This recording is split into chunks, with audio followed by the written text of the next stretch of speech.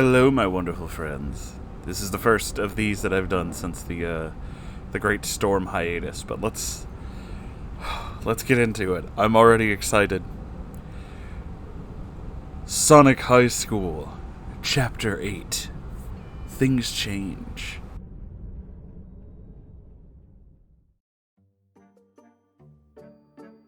Shadow! Sonic shouted. It was Shadow. There. Surprised to see me, said Shadow. We know what you did to your mother! Screamed Amy like a crazy man. It was... Shadow cut her off and did not let her finish saying the sentence. You did not see anything. I am Shadow, and I know how to commit crimes. You think I have not killed a person before? I have. Shadow crossed his arms and sneered at Amy, looking at her. But, I saw you! Then Amy said. You saw nothing. I stopped you, Shadow said. It doesn't matter. You're on your way inside your house to kill your mom, said Amy. Amy shook around because she was all nervous, and her smaller than Rouge's but still good boobs wiggled a little, and Sonic thought it was cool to see, and he wanted to support her. I did not kill my mom. I was going to my house to protect her from Dr. Eggman, Shadow said. Huh, okay, said Sonic, and Sonic and Espio went to class because it started and they were all still in the hallway in the high school. They were? He was trying to ship my Ultra Chaos Emerald shards to the space so you collect them in his egg space station, said Shadow to Amy in an explaining way. We gotta do something about him. I understand that you had a reason to tie me up, but do not kill your mother, responded Amy. I was only kidding because the other guys are being all too important about themselves, and I don't think it's a good quality for high school students to be. Shadow, voice of reason. High school students should be nice and caring and not talk about themselves like they're the best, because that'll only make us all feel like assholes, which isn't what we should be trying to be, Shadow said to Amy, and she understood that he was a good guy and had a reason for tying her up on a bed, even if he had bad times where he was dark and did crimes in the cityscape. They both went to class in different directions, so the conversation ended. Later, after school, Sonic went on Sonic Messenger and talked to Espio. Hey Espio, how are you? Do you know what you're gonna do about being Rouge's baby? He said into the computer. Listen, Sonic, this is hard for me to say, said Espio into the computer, which went across the internet to Sonic.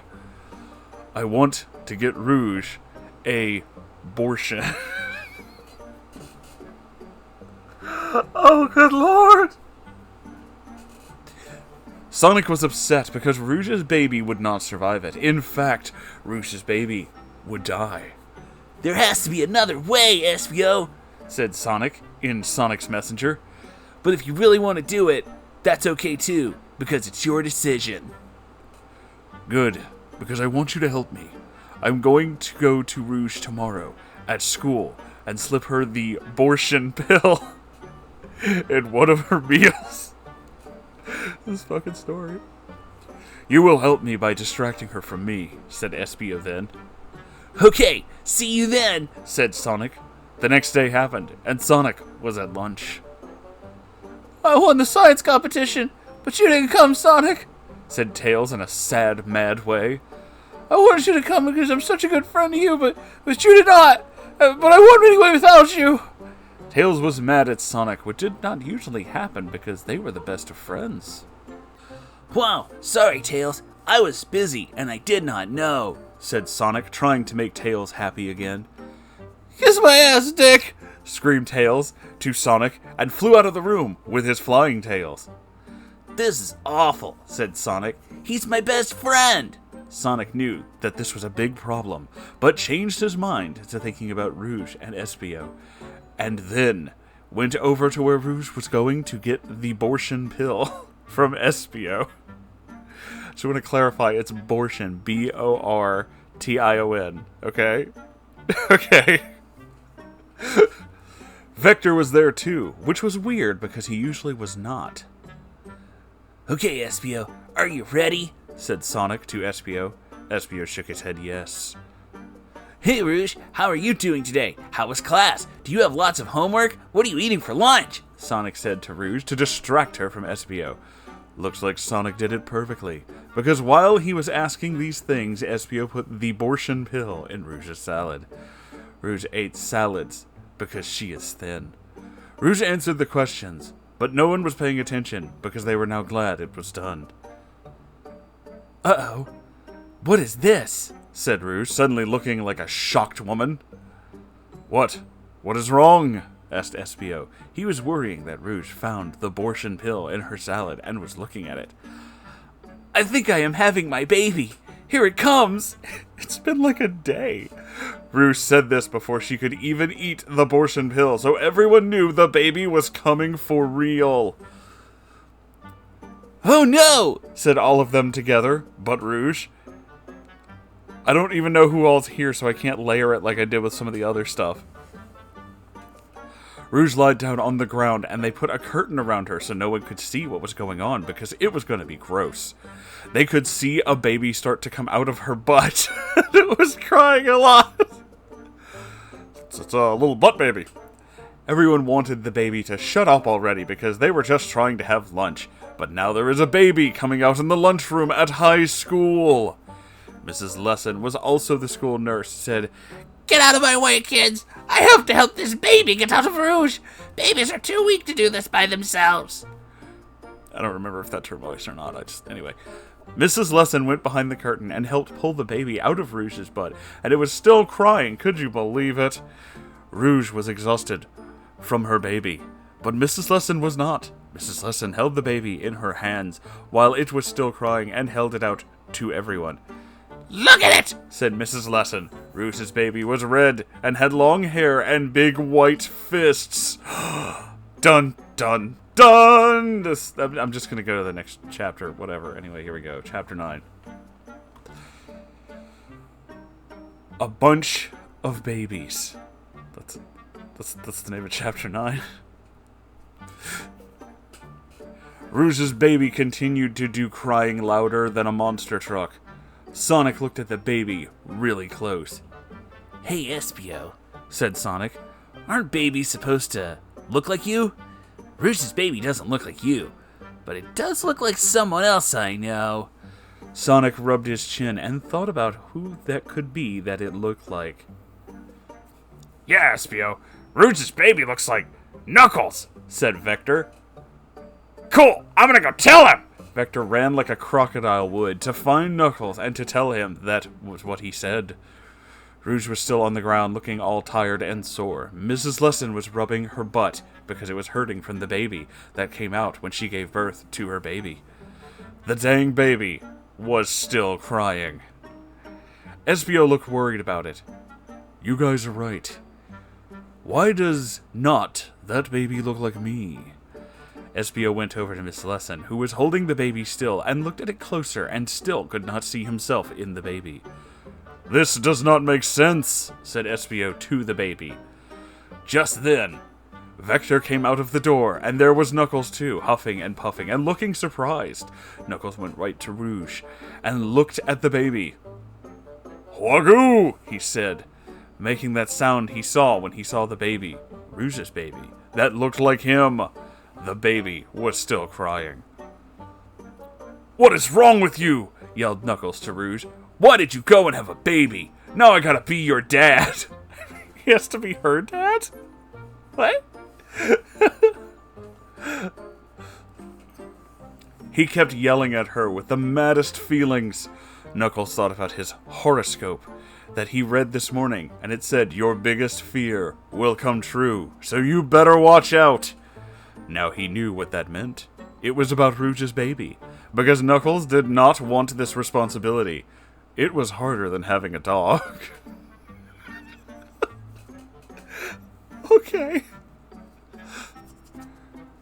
Rouge was tired, and Rouge's baby was crying, but Rouge was crying and scared of Knuckles' volcano rage, and said, I'm sorry. It was supposed to be Espio's baby. I'm sorry it wasn't, because he would not treat me like this. What Rouge said sent Knuckles into the next level of his anger. He turned even redder and looked at Espio. You tried to have a baby with her? Rouge is mine! You are not allowed! Knuckles charged at Espio, but Vector held him back. Sonic thought, Vector, why would you bring him here if you just knew it was gonna cause trouble? Espio said, What? I did not know. You were not boyfriend and girlfriend. Espio seemed scared, but still kind of calm. We are, but it was a secret. Now you have to pay. Knuckles kept trying to get at Espio, but Vector was holding him back, and thank goodness Vector was here, because he was the captain of the football team, and could restrain him like a crocodile seatbelt that could also talk to you. What the fuck? Knuckles could not get to him, so he said, Tomorrow, we will fight. Meet me in the hallway at the end of the school and prepare for me to beat on your ass, shit man. Can I get prepare for me to beat on your ass, shit man, on a t-shirt? Knuckles stormed out of the lunchroom and went away. Rouge's baby stopped crying and said, it talks, and said, No, come back. You don't have to fight, Espio. But it was too late, because Knuckles was so gone by then.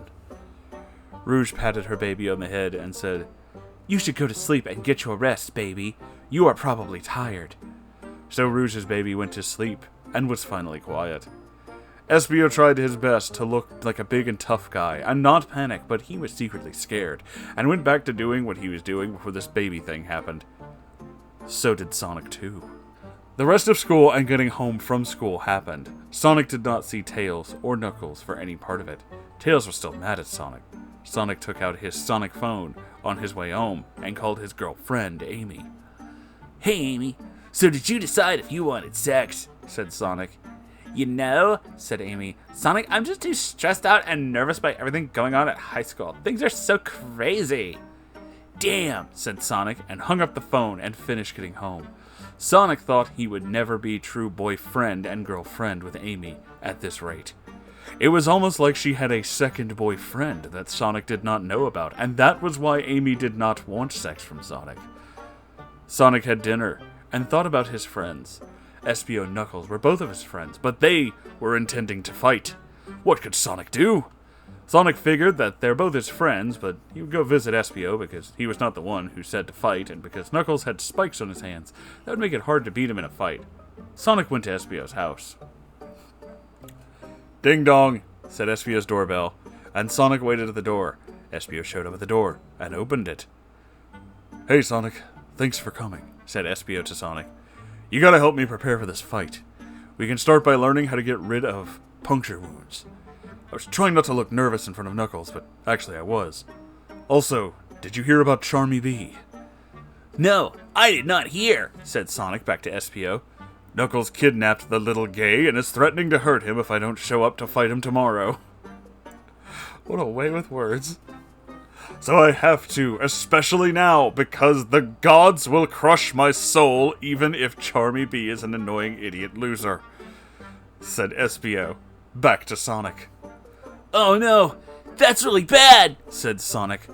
Sonic knew this now had to happen too, because his morals were probably the best ever. He did not know how Knuckles would stoop to such a mean thing. Sonic and Espio walked into Espio's house, and then up the stairs to Espio's bedroom. Our other friend is here too, said Espio just as he was opening the door to his bedroom. Espio finished opening the door, and there was Tails, who was standing in Espio's room. The moment Tails saw Sonic, his face turned into a salad of anger, the devil, and lava!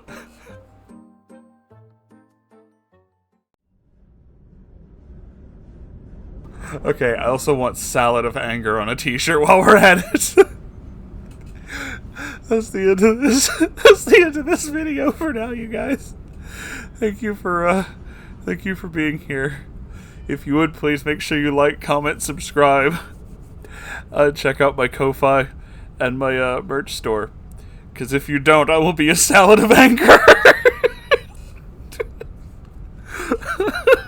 This fucking story just keeps getting better. Oh my goodness. Every Saturday there's a live stream, so, you can come hang out with us. And, I guess that's it for now. Thank you all. I'll see you in the next video, you guys. Goodbye, everybody.